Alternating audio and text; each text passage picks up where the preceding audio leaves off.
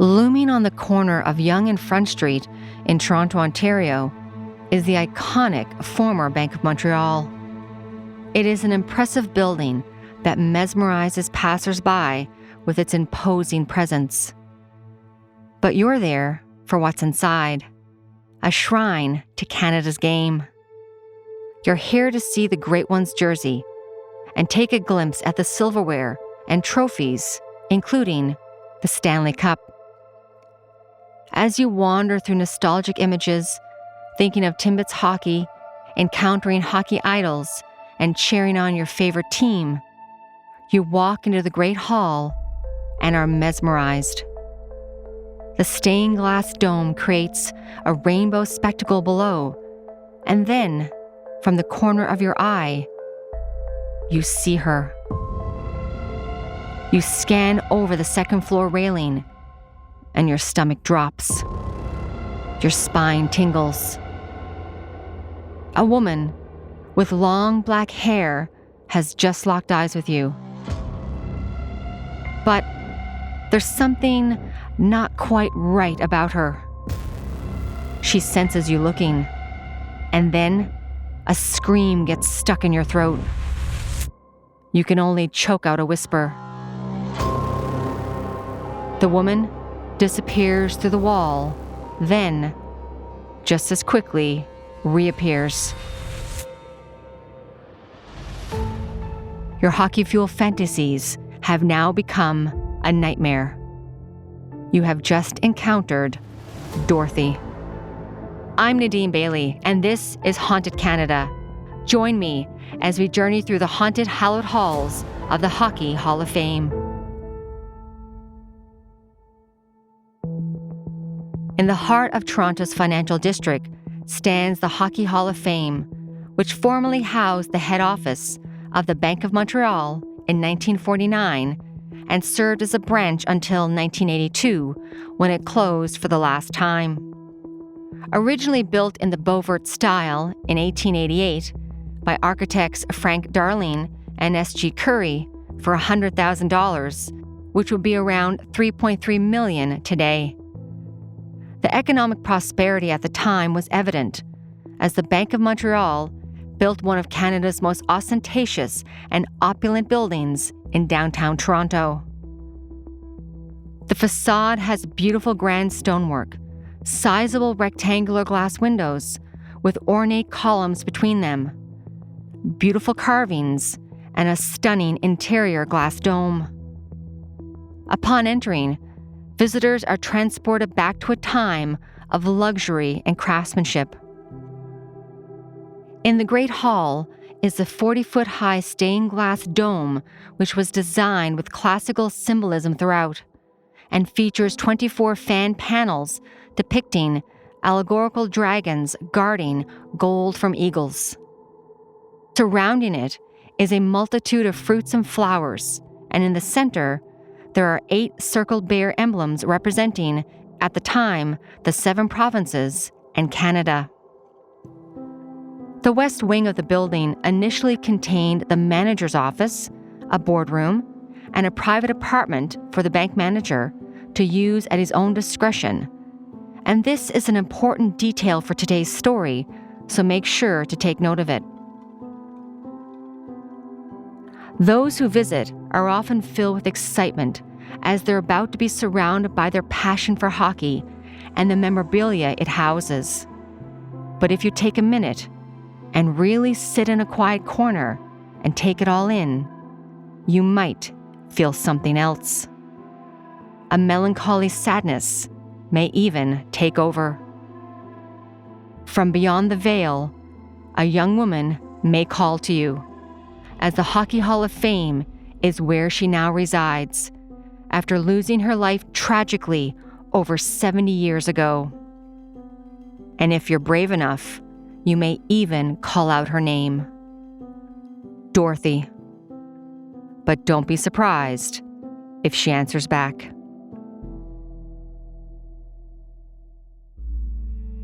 "19-year-old Dorothy May Elliott was a beautiful and vibrant young woman employed at the Bank of Montreal in the early 1950s.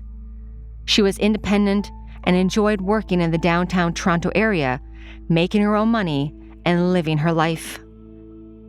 Dorothy lived in Etobicoke with her married sister Helen and would commute to Toronto every day to work as a bank teller. She was a great employee who enjoyed talking to customers as they visited her desk daily to deposit or withdraw money. Her coworkers described her as always smiling and full of life, the life of the party, the most popular girl in the bank. Dorothy probably had more than one secret admirer, as she was described as being a beautiful girl, tall and buxom, and that she looked like Hollywood actress Rita Hayworth.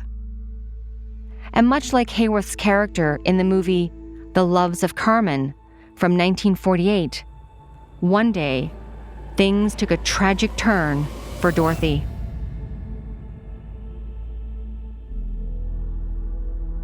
On March 11th, 1953, Dorothea arrived at the bank before 8 a.m. Her coworkers teased her for being so early, but she simply shrugged it off and smiled flatly. The bank's longtime messenger later noted that this was much earlier than she was expected to be in, and that she looked pretty rough, probably had a night out. And her coworker Doreen Bracken corroborated this statement and recalled Dorothea was wearing a blue knitted dress, but looked distressed and disheveled. After greeting her coworkers, Dorothea walked past them and went upstairs to the women's washroom and seemed to stay up there for some time.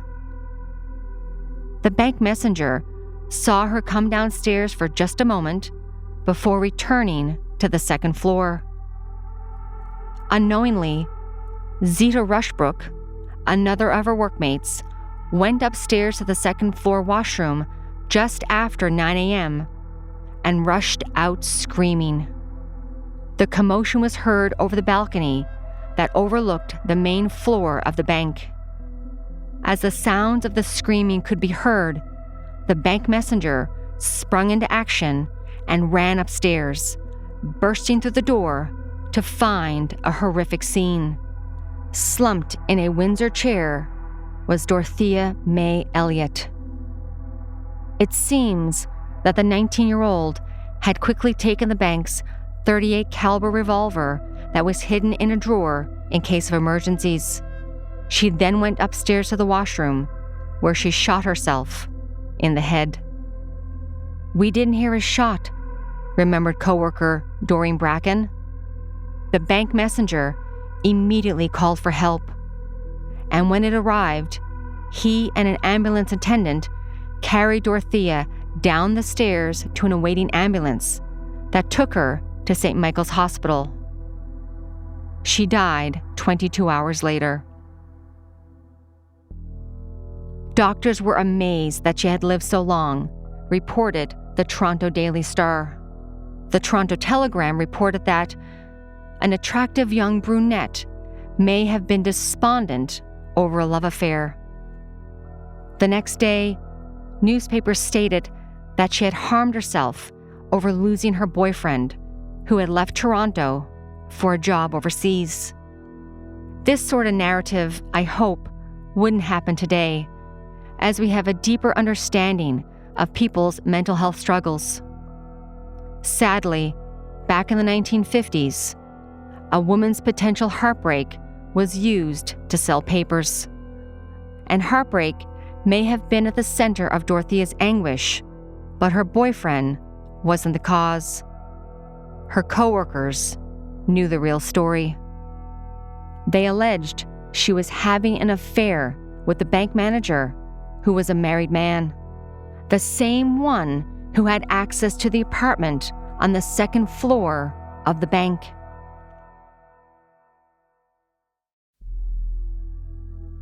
Dorothea's tragic death shocked her coworkers and community, and although there were allegations of an affair, it wasn't the only explanation for her untimely death.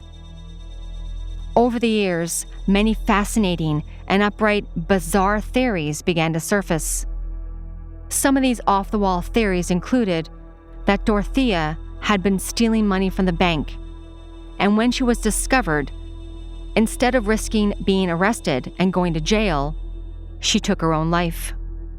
An even more outlandish tale, which is like something out of a Hollywood movie, had Dorothy supposedly helping members of the IRA, the Irish Republican Army. The organization sought out to end British rule in Northern Ireland, thereby facilitating Irish reunification and bringing about an independent republic encompassing all of Ireland. Somehow, the story was that the IRA had been plotting and planning to rob the Bank of Montreal to help fund their army back in Ireland, and that they had recruited Dorothea to help them. If that isn't far-fetched enough, another theory was brought forth by a psychic who came forward to say that she had had a vision that Dorothea had discovered a plan in which the bank manager, the chief of police, and a local judge were all conspiring together and embezzling money that was specifically set aside to help local farmers. How did that lead to Dorothea's death by her own hands? Well, your guess is as good as mine. As you can imagine, all these theories gave locals something to gossip about. But the story that remains and persists to this day is that Dorothea had fallen in love with the married bank manager. The two had hidden their affair by secretly meeting in the bank manager's apartment on the second floor. Dorothea was young and thought that this was real love and fell head over heels for the older man, only to eventually realize that he was never going to leave his wife. The realization caused her to become distraught and overcome by heartbreak and sadness that she took her own life. There seems to be some validity to this account of events of Wednesday, March 11th, 1953. Doreen Bracken was the last person to see Dorothea alive, and in 2009, she recounted this story in an interview with the Toronto Star newspaper. She remembered Dorothea as a beautiful, tall, and sophisticated woman, and recalled that tragic morning when she arrived for work at 8 a.m., and was shocked to see that Dorothea was already inside the bank. She and her co-workers thought that this was odd, as Dorothea didn't have to be there that early. Doreen also remembered that Dorothea was wearing a blue knitted dress, and although she was always impeccably dressed and well put together, that morning she wasn't. It stood out to Doreen as odd, but she had a busy morning ahead of her and had to get the bank ready to open, and sadly didn't check on Dorothea to see what was the matter.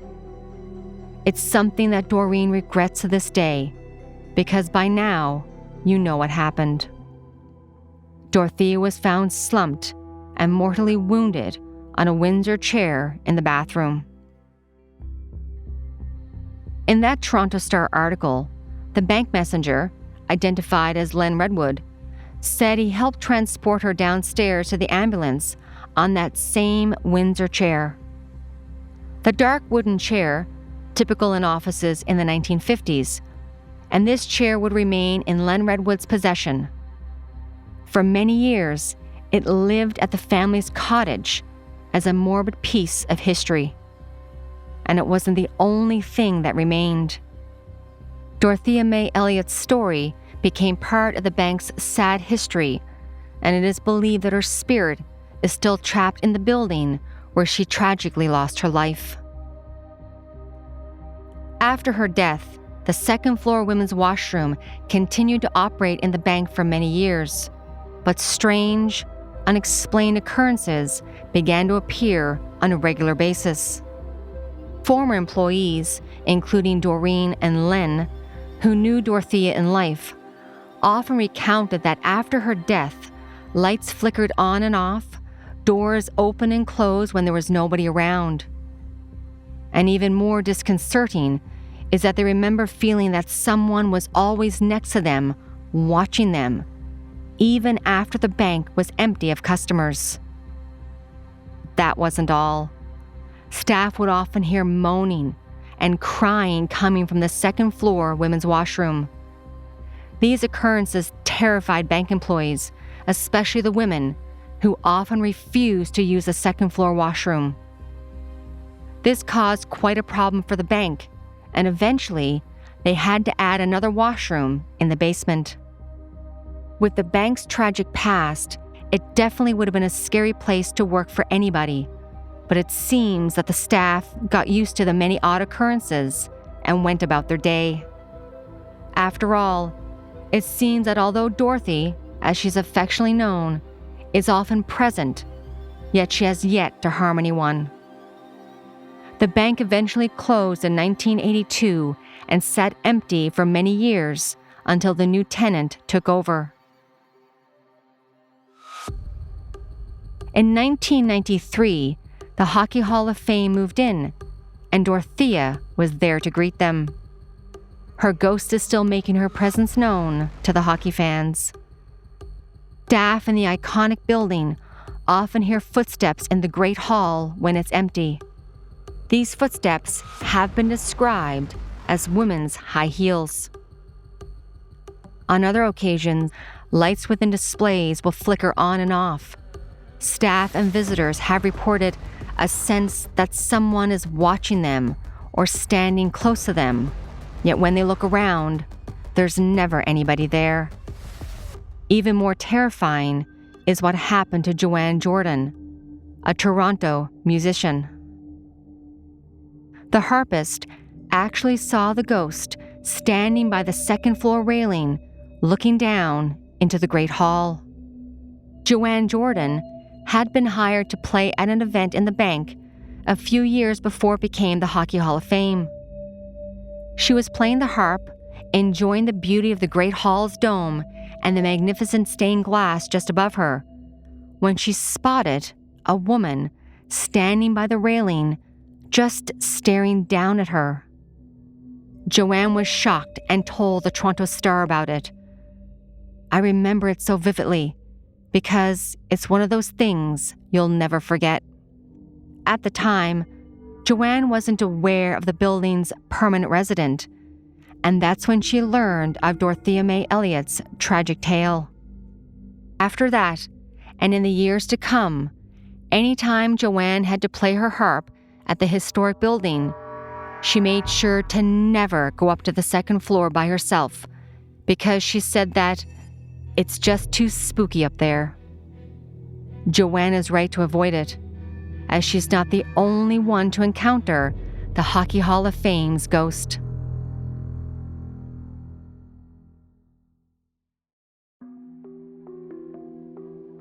Jane Rodney was the Hall's coordinator of Resource Center Services, and in a 2009 article, she recounted her own terrifying experience.